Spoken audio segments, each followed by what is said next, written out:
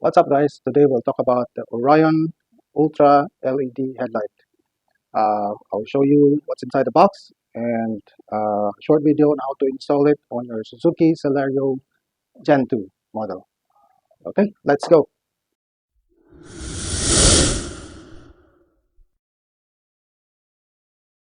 Okay, inside the box, let's open it. Inside the box, mayroong Orion sticker. Okay, and then the two LED headlights, Ultra headlights. Okay, so paano hanapin or where to find the headlight socket or connection? Okay, ito lang yan. Here, look from the back. Yan, kita mo yung headlight socket. So, ito, remove mo lang yan.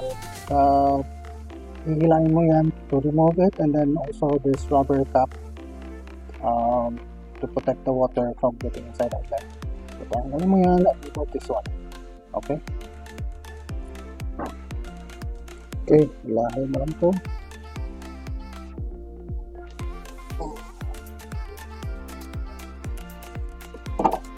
Yeah.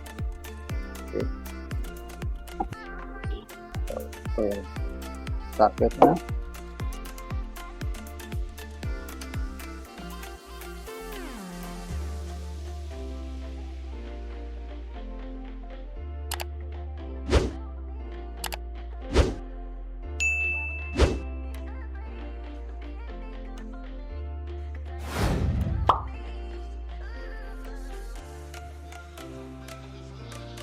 I-push mo lang tong spring wire to unlock para makila mo yan pataas.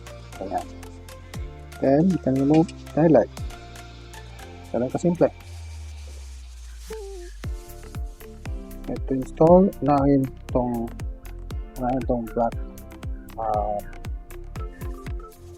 bracket. Tapos sila. Ayan. Next, the rubber cover.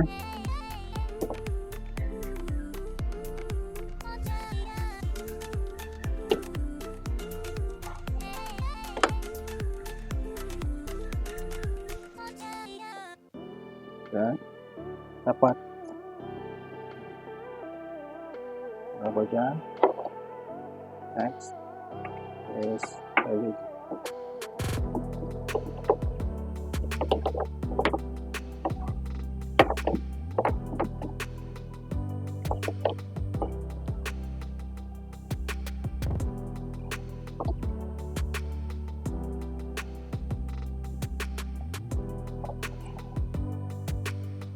Twist until malap. Yan. Once you twist it and lock, that's it.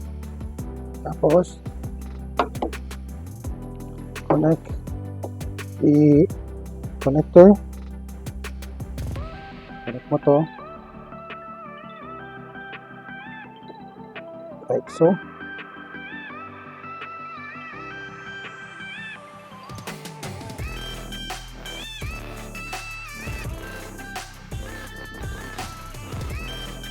Yeah.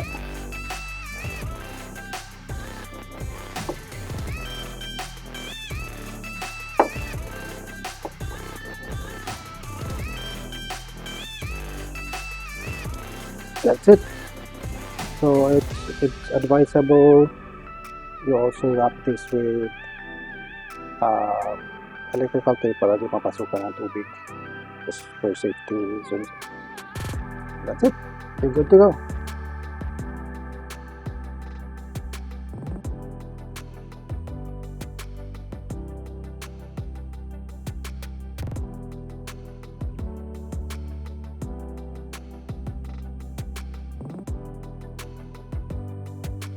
So that's it, guys. Hope you liked the video. Don't forget to like and subscribe to my channel, and see you again next time. Bye.